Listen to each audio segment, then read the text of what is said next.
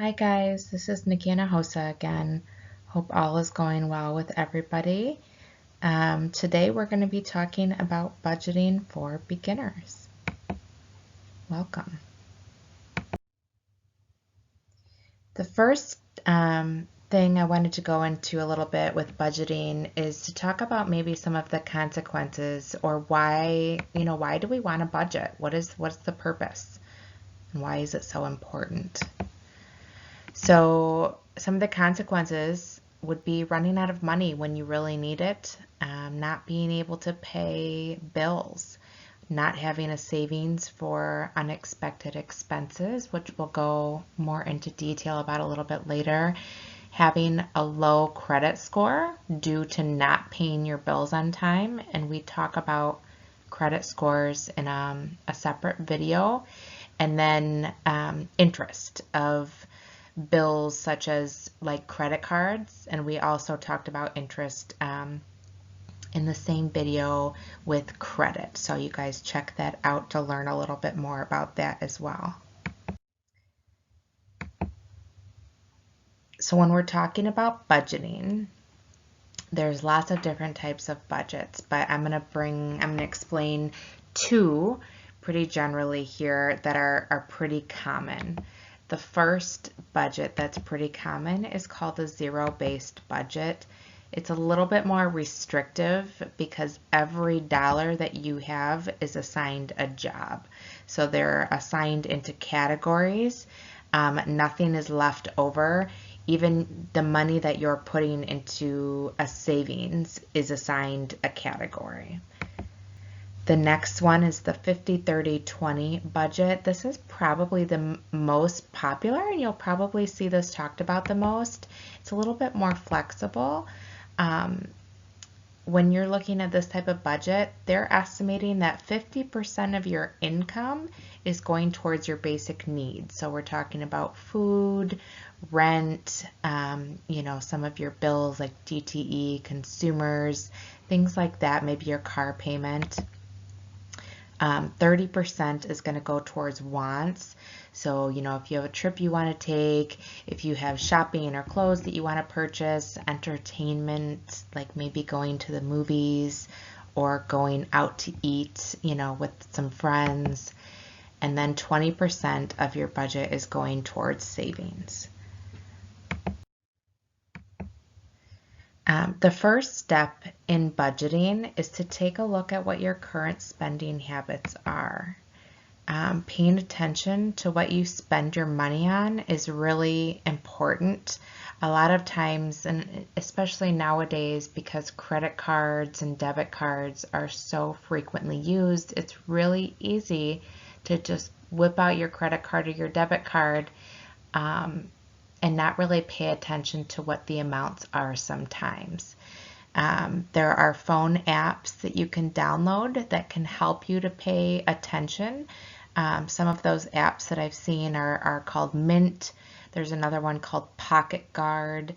I haven't actually used those ones myself, but they had some pretty good ratings online. It looks like they were pretty popular. However, most of the phone apps that you would download only work if you are linking your bank accounts and credit cards to them. That's how they are most accurate in helping you to track the places where your money is going. If you don't want to download a phone app, you can always take a look at your bank statements, and it's a good idea to go back probably 2, maybe 3 months. Because there are some things, maybe you're eating out a lot and you might see that every month. However, there might be some bills or certain things that you're not paying for every month, but you don't want to forget about those things when you're putting together your budget. So, getting a really good idea over a couple months' time. Step 2 is to list our monthly income. So I'm going to assume for this example that we are working a single job where the taxes are being automatically taken out. You might be saying, what are taxes? Taxes is money that the government, for a lot of jobs, will automatically take out. It's going towards Social Securities. You have to pay taxes to the state, and you have to pay taxes to the federal government.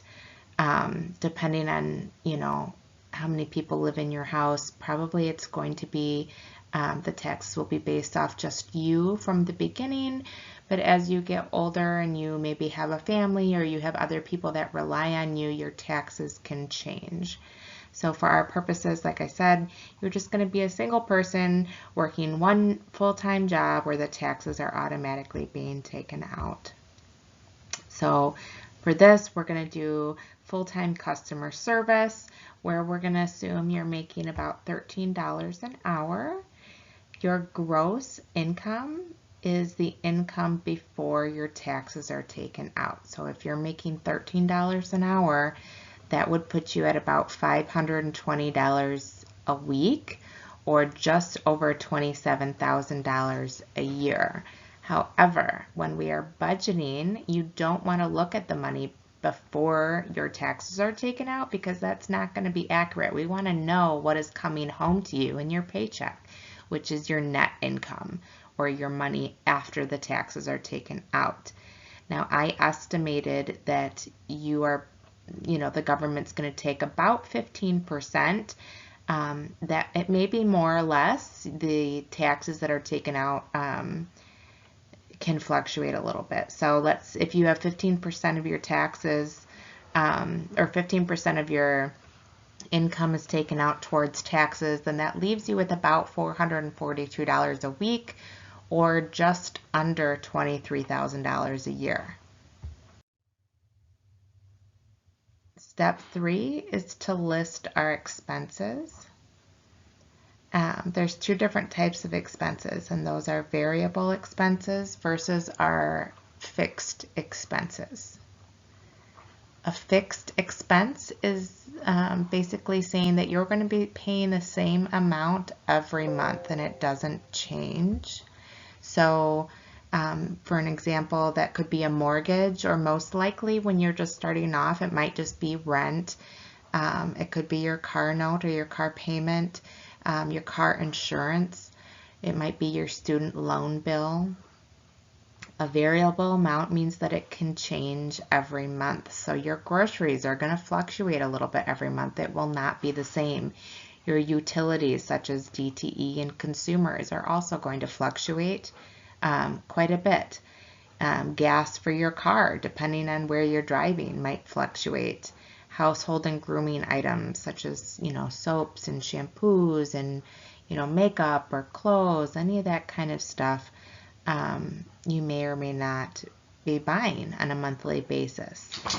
When we talk about our utilities, some utility companies, offer what we call budget billing, which means that they try and make it as close to the same amount every month as possible. It may take them a little bit of time to estimate how much you're going to be using, so you may not be able to get into that immediately, but essentially what they do is they take a look at where you live, what the history of your expenses has been, as far as, let's say, like DTE or consumers, and they try and divide it evenly over the year. So instead of having a really high bill in the summer and a really low bill in the winter, they try and make it a little bit more even, so there's not such a drastic change there, and that can be really helpful for some people. So like we said earlier, we're going to assume that you're working a full-time job, which is 40 hours a week, making $13 an hour. After your taxes are taken out, that leaves you with about $1,915 a month. And I took, over here on the right-hand side of the screen, you're going to see a list of some bills and the amounts that they're costing. This is a pretty basic list of bills. Your list is probably going to look a little bit different. However, it may not. The amounts that I choose to list these bills at are going to change for you. They will not look like this. They may be a little bit less. They may be a little bit more. They may be quite a bit different. It just kind of depends. You're going to want to do a little bit of research. So, but for our sake, I listed rent for an apartment or a house at $500. That's pretty low. And maybe that assumes that you are splitting an apartment, with a roommate or something like that. Like I said, your DTE and your gas can fluctuate quite a bit, depending on whether it's summer or it's winter and whether you're using air or heat. But I put both of those down for $70 a month. Water I put on there, however, you'll see that I didn't put an amount for that. A lot of apartments will include water in your rent, but I wanted to put it on there so that you knew that water is something that you do have to pay for. So when you have your own place, if you end up buying a house or something like that, and some apartments don't include it, water is generally a bill that you pay once every 3 months, and that includes your sewage as well. Your car payment, so we'll assume that you're going to end up getting a car that you're going to be cruising around in. That's maybe $150 a month. That's also pretty low. Your car insurance is $100 a month. That's really low. That would probably be like the cheapest insurance. That's definitely not full coverage. I put medical insurance on there for $200 a month. If you are maybe going to school, or if you're under a certain age, you may be able to stay on your parent or guardian's medical insurance. However, if you have to pay for that yourself, that's just something you want to think about. You'll see I also have underneath that like a doctor's bill. Those are one of those kind of sometimes unexpected expenses that we talk about. I didn't list anything for it because hopefully it's not going to be something that you have to pay for on a regular basis. However, it's something to keep in mind. We got our groceries here. I listed that for about $300, which is probably pretty reasonable for a single person, depending on how much you eat or the types of foods that you like to eat. Your cell phone bill I listed for $60. There's a lot of fluctuation with that cell phone bill, depending on if you're on a family plan or your own. And then I also listed your internet and cable at $100, which again can fluctuate quite a bit. So our total here is $1,550. And like I said, if you're making $1,915 a month and you have $1,550 in expenses, that leaves you with $365. So you can, probably your best bet would be to put that into savings. However, you may have some of those unexpected expenses that we were talking about, like a doctor's bill, or maybe you need some clothes for work or something like that.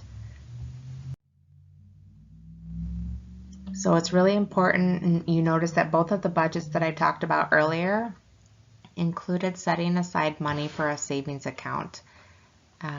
We want to make sure that you have money for things. Maybe you want to save up for a house, maybe you want to save up for a car, or a pandemic, who knows.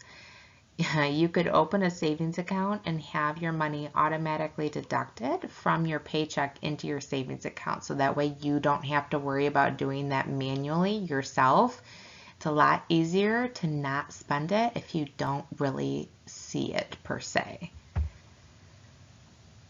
You can check into a savings account that has a higher return. When we talk about returns, we're talking about interest rates. And in the video on credit, I talk about interest that you would accrue on things such as credit card bills, stuff like that. But you can also accrue interest where maybe like in the savings account, we'll say it's going to be a low interest rate. However, they will be paying you. So you will pay a low interest rate, or you don't pay it. The bank pays a low interest rate and adds in extra money on top of the money that you are already saving. Another really easy thing to do to help with savings is to download a savings app. The one I'm a little bit more familiar with is Digit. However, I'm sure there's many different apps that you could use. Take a look at those, and hopefully you guys found this helpful.